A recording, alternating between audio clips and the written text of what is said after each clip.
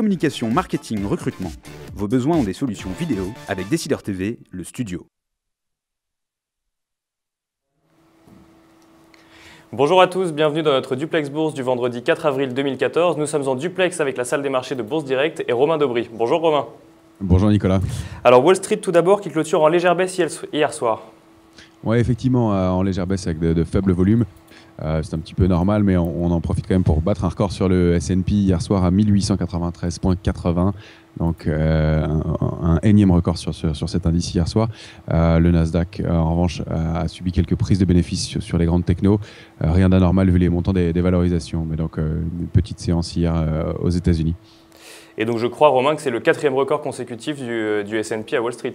Oui, tout à fait, effectivement. Alors maintenant Paris, donc la grosse actualité hier c'était la réunion de la BCE, est-ce que vous pouvez nous en dire un peu plus ? Oui, tout à fait. Alors ce matin Paris est toujours bien orienté, le CAC 40 prend 0,25% aux alentours de 4460 points, toujours dans l'impulsion donnée hier par la réunion de la BCE et par le discours de Mario Draghi.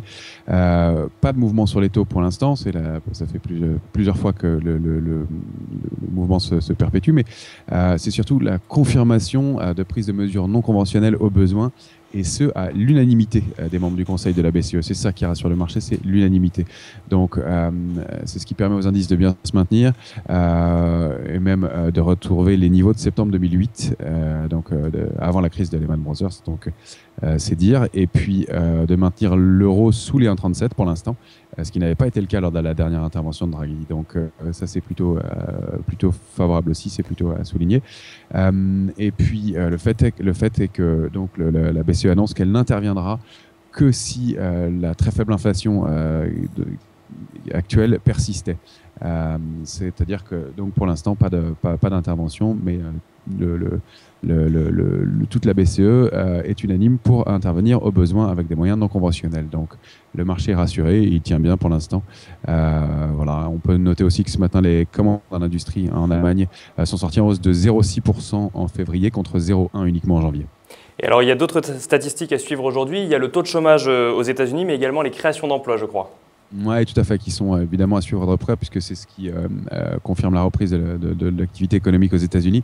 On attend un taux de chômage à 6,5%, un petit peu meilleur que le mois précédent, 6,7%, et puis des créations d'emplois attendues à 190 000, donc on s'approche des fameux 200 000 créations d'emplois contre 175 000 précédemment. Donc voilà, ce sera évidemment très suivi par les investisseurs aujourd'hui. Et au niveau technique maintenant, Romain, quel support et quelle résistance à surveiller aujourd'hui ? Alors, comme point pivot et support, qui est devenu support maintenant important, c'était une résistance, mais c'est 4450. On travaille un peu dessus. Et puis au-delà, 4476, 4494. En fait, c'est le seuil psychologique des 4500 points. Et derrière, on pourrait accélérer pour rejoindre 4525 et pourquoi pas 4570. En revanche, le pivot important en bas, c'est 4417, 4411. Si on le cassait, on pourrait rapidement rejoindre 368 et pourquoi pas 349. Là, ce serait un seuil d'alerte important pour ensuite, pourquoi pas rejoindre 4271 points. Et on passe aux valeurs maintenant. Romain, Renault est en tête du CAC ce matin. Oui, tout à fait. Renault est en tête du CAC en hausse d'un 70% à 72 € environ.